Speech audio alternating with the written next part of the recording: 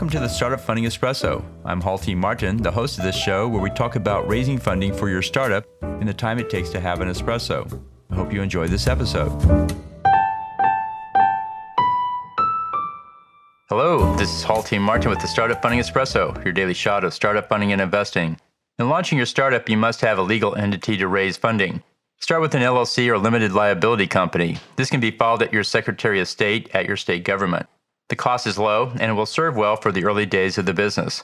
For family and friends funding, this is sufficient. In the early days, you can use an S-Corp designation with an LLC to defer taxes to your personal filing. As you move to raise funding from angel investors and venture capital, some will want to invest in a Delaware corporation. It's easy to move from an LLC to a C corporation. It's much more difficult to move from a C corp back to an LLC.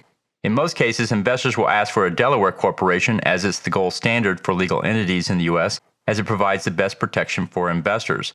Most venture capital funds have set up their investment documents to invest in a Delaware corporate entity, and they're not going to change it for your business. When you're ready to raise funding beyond family and friends, make clear to investors you will convert to a Delaware corporation. Entity conversion does come at a cost, so make the conversion contingent on fund closing. Thank you for joining us for the Startup Funding Espresso, where we help startups and investors connect for funding. Let's go start out something today.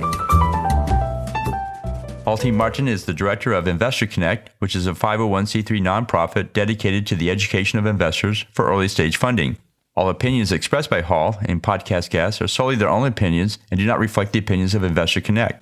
This podcast is for informational purposes only and should not be relied upon for the basis of investment decisions.